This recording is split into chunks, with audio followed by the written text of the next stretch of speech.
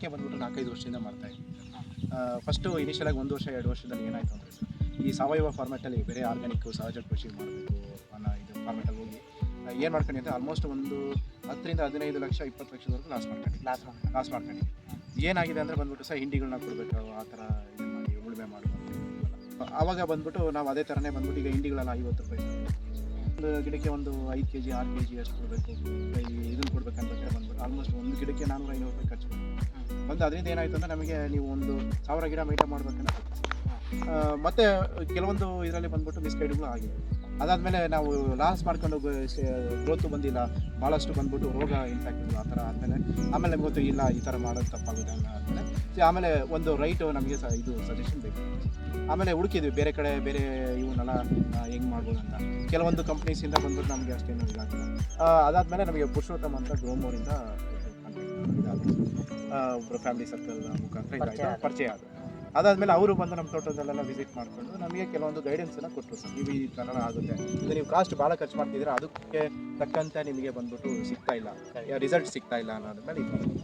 ಆಮೇಲೆ ಬಂದ್ಬಿಟ್ಟು ಸರ್ ಅವರು ನಮಗೆ ಸಜೆಸ್ಟ್ ಮಾಡಿದ್ರು, ಸರ್ ಒಂದು ಅಡಿಕೆ ಗಿಡಕ್ಕೆ ನೀವು ಮ್ಯಾಕ್ಸಿಮಮ್ ಬಂದ್ಬಿಟ್ಟು 100 ರೂಪೀಸ್ ಒಳಗಡೆ ಇರಬೇಕು ಸರ್, ಯಾಕೆ ಸರ್ ನೀವು 300-400 ರೂಪಾಯಿ ಖರ್ಚು ಮಾಡ್ತೀವಿ ನಮಗೆ. ಆಮೇಲೆ ಹೌದಲ್ವಾ ಯಾಕೆ ಇಷ್ಟು ಸ್ಪೆಂಡ್ ಮಾಡ್ತೀವಿ ಅಂತ. ಆಮೇಲೆ ಅವ್ರು ಹೇಳಿದ್ರು, ಸರ್ ಫರ್ಟಿಲೈಸರು ಪ್ಲಸ್ ಬಂದ್ಬಿಟ್ಟು ನಾವು ಆರ್ಗ್ಯಾನಿಕ್ ಫಾರ್ಮೆಟ್ ಕೊಟ್ಟಿಗೆ ಗೊಬ್ಬರು ಮತ್ತು ಉಳುಮೆ ಬೇಸಾಯ ಮಾಡೋದು ಇವೆಲ್ಲ ಸೇರಿ 100 ರೂಪೀಸ್ ಒಳಗಿರಬೇಕು ಸರ್ ಅಂತ ಹೇಳಿದ್ರು. ಓಕೆ ಅಂತೇಳಿ ನಾವು ಸರ್ ಹಂಗಂದ್ರೆ ನೀವು ಸಜೆಸ್ಟ್ ಮಾಡಿ ಸರ್ ನಾವು ಮಾಡೋಣ ಅಂತ. ಅವರು ನಮಗೆ ಮೇಯ್ನ್ ಹೇಳಿದಂದರೆ ಫುಲ್ ಆರ್ಗ್ಯಾನಿಕ್ಕು ಮಾಡಿಬಿಡಿ, ಫುಲ್ ಕೆಮಿಕಲು ಮಾಡಿಬಿಡಿ, ಮೂರೂ ಅಂದರೆ ಮಿಕ್ಸಡ್ ಮಾಡಿ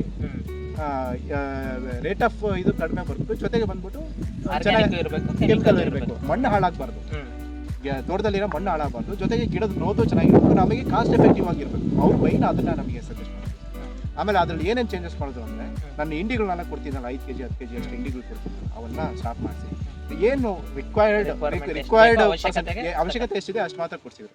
ಅದರಲ್ಲೇ ಬಂದ್ಬಿಟ್ಟು ಈಗ ನನಗೆ ಈಗ ಗ್ರೋಮರಲ್ಲಿ ಬಂದ್ಬಿಟ್ಟು ಸರ್ ನನಗೆ ಒಂದು ಪ್ಯಾಕೇಜಸ್ಸನ್ನು ಕೊಟ್ಟರು, ಗ್ರೋತಿಗೆ ಅಂತಲೇ ಒಂದು ಸಪ್ರೇಟ್ ಪ್ಯಾಕೇಜ್ ಕೊಟ್ಟರು.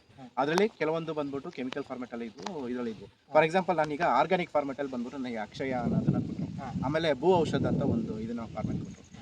ಇನ್ನೊಂದು ಇದ್ರಲ್ಲಿ ಕೊಟ್ಟರು, ಅದ್ರಲ್ಲಿ ಬಂದ್ಬಿಟ್ಟು ಮೆಗಾ ಪವರ್ ಅಂತ ಒಂದು ಏನೋ ಕೊಟ್ಟರು. ಅದರಲ್ಲಿ ಬಂದ್ಬಿಟ್ಟು ಆರ್ಗ್ಯಾನಿಕ್ ಮ್ಯಾನ್ಯೂರು ಪ್ಲಸ್ ಬಂದ್ಬಿಟ್ಟು ಜೈವಿಕ ಗೊಬ್ಬರ ಅಂದರೆ ಬಂದ್ಬಿಟ್ಟು ಮೈಕ್ರೋ ಆರ್ಗಾನಿಸಮ್ಸ್ ಇರೋ ಅಂಥದ್ದು, ಅದನ್ನು ಬಂದ್ಬಿಟ್ಟು ಒಂದೊಂದು ಇದಕ್ಕೆ ಇಷ್ಟು ಕೊಡಿ ಅಂತ ಹೇಳಿದ್ರು. ಮತ್ತು ನಾವು ಫಸ್ಟ್ ಏನು ಮಾಡ್ತಿದ್ವಿ, ಒಂದೇ ಸತಿ ಒಂದು ಗಿಡಕ್ಕೆ ಇಷ್ಟ ಅಂತ ಕೊಟ್ಬಿಡ್ತೀವಿ ಒಂದು ಇದನ್ನು, ಅದನ್ನು ಅವರು ಸ್ಪ್ಲಿಟ್ ಮಾಡಿಕೊಡಿ ಅಂತ ಹೇಳಿದ್ರು. ಒಂದು 2 months 3 months ಒಂದು ಸ್ಪ್ಲಿಟ್ ಮಾಡಿಕೊಡಿ. ಅವಾಗ ಒಂದೇ ಸತಿ ನಾವು 3 ಲಕ್ಷ 4 ಲಕ್ಷ ಖರ್ಚು ಮಾಡೋದು ಬದಲು ಅವ್ರು ನಮಗೆ ಕೊಡೋದು ಜಸ್ಟ್ ಒಂದು 15,000 20,000 ಇತ್ತು. ನನಗೆ ಅದು ಮ್ಯಾಟ್ರೇ ಅನ್ನಿಸ್ತಿರ್ಲಿಲ್ಲ. ಈಗ 3 ಲಕ್ಷ ಕೊಡೋದು ಬಂದು ಜಸ್ಟ್ ಒಂದು 15-20,000 ಕೊಡ್ಬೇಕಾದ್ರೆ ನಮಗೆ ಅದು ಎಫೆಕ್ಟ್, ನಮಗೆ ಅಷ್ಟು ಬರ್ಡನ್ ಅನ್ಸಲ್ಲ, ಸಾಲನೂ ಆಗಲ್ಲ, ಅದನ್ನ ಒಂದು ಅಡ್ಜಸ್ಟ್ ಮಾಡ್ಕೊಡ್ಬೋದು. ಸೊ ಗ್ರೋತ್ ಸ್ಟೇಜಸ್ಸಲ್ಲಿ ಬಂದ್ಬಿಟ್ಟು ನಮಗೆ ಈಗ ಇದು ಅಕ್ಷಯ ಮತ್ತೆ ಬಂದ್ಬಿಟ್ಟು ಈ ಮೆಗಾ ಪವರು ಮತ್ತು ಇವನ್ನ ಕೊಟ್ಕೊಂಡು ಜೊತೆಗೆ ಬಂದ್ಬಿಟ್ಟು 15 ಆಲ್ ಅಂತ ಒಂದು ಕೊಟ್ಟರು. ಅದನ್ನ ಅದ್ರ ಜೊತೆಗೆ ಗ್ರೋ ಪ್ಲಸ್ ಅಂತ ಒಂದು ಕೊಟ್ಟರು. ಇವೆರಡರ ಜೊತೆಗೆ ಈ ಬೇರೆ ಹೌದು ಸರ್ F20 ಒಂದು ಕೊಟ್ಟರು. F20 ಅಲ್ಲಿ ಬಂದ್ಬಿಟ್ಟು 20 ಮಿನರಲ್ಸ್ ಇದೆ ಅಂತ ಹೇಳಿದ್ರು. ಈಗ ನನಗೆ ಆರ್ಗ್ಯಾನಿಕ್ ಫಾರ್ಮೆಟಲ್ಲಿ 20 ಟೈಪ್ಸ್ ಆಫ್ ಮಿನರಲ್ಸ್ ಸಿಗ್ತಿದೆ. ಈ F20 ಅಲ್ಲಿ ಬಂದು ಅಮೈನೋ ಆಸಿಡ್ಸು ಮತ್ತು ಈ ಇದಕ್ಕೆ ಬೇಕಾದಂಥ ಇವೆಲ್ಲ ಗಿಡಗಳು ಕೆಲವೊಂದು ಗಿಡ ಕೊಟ್ಟಿದ ತಕ್ಷಣ ಚೆನ್ನಾಗಿ ಇದಾಯಿತು. ನೆಕ್ಸ್ಟ್ ಸತಿ ಒಂದು 2-3 months ಬಿಟ್ಟು ಬಂದಾಗ ಕೆಲವೊಂದು ಗಿಡಗಳು ಬಂದ್ಬಿಟ್ಟು ಸುಮಾರಾಗಿದ್ವು.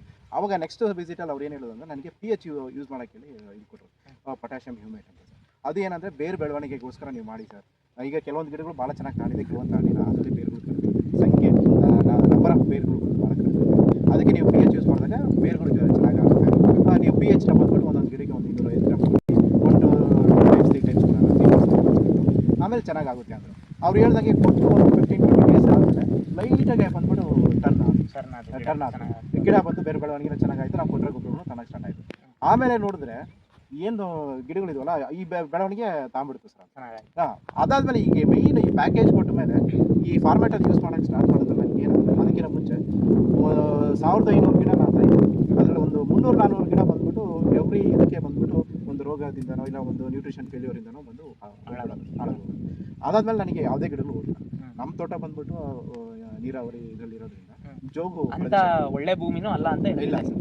ನಮ್ಮದು ಬಂದು ಕರಳು ಮತ್ತು ಜೋಪುನಿಲ್ಲ ಅಂತ ಜಾಗ. ಒಂದು ಮಳೆನೋ ಇಲ್ಲ ಬಂದ್ಬಿಟ್ಟು ಒಂದು ಚಾನಲಲ್ಲಿ ನೀರು ಬಿಟ್ಟಾಗ 1.5 ಅಡಿ ನೀರಿಲ್ಲ ಅಂತ ಜಾಗ. ಅದರಲ್ಲೇ ಬಂದ್ಬಿಟ್ಟು ಯಾವುದೂ ಗಿಡಗಳು ಹೋಗಿಲ್ಲ. ಮತ್ತೆ ಇನ್ನೊಂದು ಏನಂದ್ರೆ ನನಗೆ ಗ್ರೋಮರಲ್ಲಿ ಸಿಗ್ತಿರೋಂಥ ಸಪೋರ್ಟ್ ಏನಂದ್ರೆ ಏನಾದರೂ ಒಂದು ಇಶ್ಯೂ ಆದ್ರೆ ಇಮಿಡಿಯೇಟಾಗಿ ಬಂದು ರೆಸ್ಪಾನ್ಸ್ ಮಾಡ್ತಾರೆ, ಮತ್ತೆ ಚೆಕ್ ಮಾಡ್ತಾರೆ 3 ಮಂತ್ಸ್ ಒನ್ಸ್ ಅಟ್ಲೀಸ್ಟ್ ನಾವು ಇದ್ರೂ ಇಲ್ದಿದ್ರು ಸೈಟ್ ವಿಸಿಟ್ ಮಾಡ್ತಾರೆ. ಮಾಡಿಬಿಟ್ಟು ನಾವು ಅಬ್ಸರ್ವ್ ಮಾಡಿರಲ್ಲ ಆ್ಯಕ್ಚುಲಿ ಕೆಲವೊಂದು ಅವ್ರು ಅಬ್ಸರ್ವ್ ಮಾಡಿಬಿಟ್ಟು ಸರಿ ಏನು ಮಾಡಿ. ಆಮೇಲೆ ಇನ್ನೊಂದು ಕೇಳ್ಪಟ್ಟೆ, ನೀವು ಬಳಸಿದ ನಂತರ ಬೇರೆ ರೈತರು ನಿಮ್ಮ ಸಲಹೆಯಂತೆ ಬಳಸಿ ಹಲವಾರು ಒಂದು ಒಳ್ಳೆ ರಿಸಲ್ಟ್ ಪಡೆದಿದ್ದಾರೆ ಅಂತ ಹೇಳಿದ್ರು. ಅದಕ್ಕೆ ಉದಾಹರಣೆ ಅಂತ ಯಾವುದಾದ್ರೂ ಒಂದು ಅಂದ್ರೆ ಏನಾದರೂ ಫಾರ್ಮರ್ ಚೆನ್ನಾಗಿ ಬೆನಿಫಿಟ್ ಆಗಿರೋ ಉದಾಹರಣೆ ಇದೆಯಾ ಸರ್? ಈಗ ನಾನು ಫಸ್ಟ್ ಸ್ಟಾರ್ಟ್ ಮಾಡೋಕ್ಕೆ ಆದಮೇಲೆ ಯೂಸ್ ಮಾಡೋಕ್ಕೆ ಸ್ಟಾರ್ಟ್ ಮಾಡಿದ್ಮೇಲೆ ನನ್ನ ರಿಸಲ್ಟ್ ನೋಡ್ಕೊಂಡು ನಮ್ಮ ಸಂಬಂಧಿಗಳೇ, ನಮ್ಮ ಚಿಕ್ಕಪ್ಪ ಅಂದರು, ಮಾವ ಅಂದರು, ಮತ್ತು ನನ್ನ ಫ್ರೆಂಡ್ ಸರ್ಕಲ್ ಇರೋರಲ್ಲ ನಮ್ಮ ತೋಟ ನಿಮ್ಮ ಈ ತೋಟದಲ್ಲಿ ಇಷ್ಟು ಚೆನ್ನಾಗಿ ತಂದಿದ್ದೀರಾ, ಏನು ಮಾಡಿದೆ ಅನ್ಬೇಕು, ನಾವು ಈ ಥರ ಎಲ್ಲ ನನಗೆ ಸಜೆಸ್ಟ್ ಮಾಡೋದು ಅಂತ ಹೇಳಿದ್ಮೇಲೆ ಅವ್ರಿಗೂ ಬಂದ್ಬಿಟ್ಟು ನಾವು ಬಿಡೋಕ್ಕೆ ಸ್ಟಾರ್ಟ್ ಮಾಡಿದ್ವಿ ಸರ್. ಪುರುಷೋತ್ತಪ್ಪ ಅಂತ ಅವರು ಇದಕ್ಕೆ ವಿಸಿಟ್ ಮಾಡಿಬಿಟ್ಟು ಅವರು ಕೆಲವೊಂದು ಇದನ್ನು ಚೇಂಜಸ್ ಕೊಟ್ಟರು. ಅವ್ರ ಹತ್ರ ಒಬ್ಬ ನಮ್ಮ ಚಿಕ್ಕಪ್ಪ ಅವ್ರ ತೋಟದಲ್ಲಿ ಬಂದ್ಬಿಟ್ಟು ಒಂದು 15-20 ಇಯರ್ಸ್ ಪ್ಲ್ಯಾಂಟ್, ಅರ್ಕ ಪ್ಲ್ಯಾಂಟ್ ಅದು. ಮುಂಚೆ ಬಂದ್ಬಿಟ್ಟು ಈಲ್ಡ್ ಭಾಳ ಕಡಿಮೆ ಇದು, ಮತ್ತು ಒಂದು ನಾವು ಕ್ವಿಂಟಲ್ಸಲ್ಲಿ ಹೇಳ್ಬೇಕಂದ್ರೆ ಒಂದು 1000 ಗಿಡಕ್ಕೆ ಬಂದ್ಬಿಟ್ಟು ಒಂದು 40 ಕ್ವಿಂಟಲ್ 50 ಕ್ವಿಂಟಲ್ ಮಾತ್ರ ಅದು ತೆಗಿತಾ ಇದ್ರು ಸರ್. Almost 2.5 acres 1000+. ಇದನ್ನು ಯೂಸ್ ಮಾಡೋಕ್ಕೆ ಸ್ಟಾರ್ಟ್ ಮಾಡಿದ್ಮೇಲೆ ಅವರು ಆಲ್ಮೋಸ್ಟ್ ಬಂದ್ಬಿಟ್ಟು ಒಂದು 90 ಕ್ವಿಂಟಲ್ಸ್ ಏನೋ ಹತ್ತತ್ರ ರೀಚ್ ಆಗಿತ್ತು. ಫಸ್ಟ್ ಇಯರ್ ಒಂದು 50% ಇನ್ಕ್ರೀಸ್ ಆಯಿತು, ಒಂದು 70-75 ಆಯಿತು, 45-50 ಅಂತ. ಈಗ 90 ಕ್ವಿಂಟಲ್ಸ್ ಬಂದಿದೆ. ಮತ್ತು ಅಡಿಕೆ ಸೈಜ್ ಇದೆಯಲ್ಲ ಸರ್, ಆ ಸಿಪ್ಪೆ ಬಂದು ತೆಳುವಾಗಿದೆ, ಒಳಗಿರೋ ನಟ್ಟು ಬಂದ್ಬಿಟ್ಟು ಚೆನ್ನಾಗಿದೆ. ಮುಂಚೆ ಬಂದು ಸಿಪ್ಪೆ ತೆಳುವಾದ ತಕ್ಷಣ ಇಳುವರಿ ಜಾಸ್ತಿ ಆಗಿದೆ. ನಮಗೆ ಮೇನ್ ಅಡ್ವಾಂಟೇಜ್ ಎಲ್ಲಿ ಬಂತು ಅಂದರೆ, ಈಗ ನಮ್ಮ ಹತ್ರ ಬಂದು ಹಸಿ ಅಡಿಕೆನ ಪರ್ಚೇಸ್ ಮಾಡ್ಕೊಂಡು ಹೋಗೋಂಥ ಇವ್ರು ಇದಾರಲ್ಲ, ಅವ್ರು ಬಂದ್ಬಿಟ್ಟು ಫಸ್ಟ್ ಅದನ್ನು ಕಡ್ದು ಓಪನ್ ಮಾಡಿ ನೋಡ್ತಾರೆ, ಆಮೇಲೆ ಅದನ್ನು ಕೊಯ್ಯಕ್ಕೆ ಸ್ಟಾರ್ಟ್ ಮಾಡ್ತಾರೆ. ಈಗ ಅವ್ರು ಓಪನ್ ಮಾಡ್ತಿದ್ದಂಗೆ ಅವ್ರಿಗೆ ಬಂದ್ಬಿಟ್ಟು ಇದಾಗುತ್ತೆ. ಈಗ ಬೇರೆಯವ್ರ ಹತ್ರ ಬಂದ್ಬಿಟ್ಟು ಈ ವರ್ಷದ ಮಾರ್ಕೆಟ್ ರೇಟ್ ಬಂದ್ಬಿಟ್ಟು ಒಂದು 55 ರೂಪಾಯಿ 60 ರೂಪಾಯಿ ನಡೀತಿದೆ ಅಂದರೆ, ಇವ್ರ ಹತ್ರ ಬಂದ್ಬಿಟ್ಟು 7 ರೂಪಾಯಿ 10 ರೂಪಾಯಿವರೆಗೂ ಜಾಸ್ತಿ ಮಾಡಿದ್ದಾರೆ. ಈ ವರ್ಷ ನಾನು ಕೇಳ್ಪಟ್ಟಂಗೆ ಬಂದ್ಬಿಟ್ಟು ಮ್ಯಾಕ್ಸಿಮಮ್ ಗುತ್ತಿಗೆ ತಗೊಂಡ್ರದ್ದು ಬಂದ್ಬಿಟ್ಟು ಒಂದು 60 ರೂಪಾಯಿ 62 ರೂಪಾಯಿವರೆಗೂ ತಗೊಂಡಿದ್ದಾರೆ. ಇವ್ರ ಹತ್ರ ಬಂದ್ಬಿಟ್ಟು 74 ರೂಪಾಯಿ ಕೊಟ್ಟು ತಗೊಂಡಿದ್ದಾರೆ. ಯಾಕಂದರೆ ಅವರಿಗೆ ಲಾಭ ಆಗ್ತಿದೆ.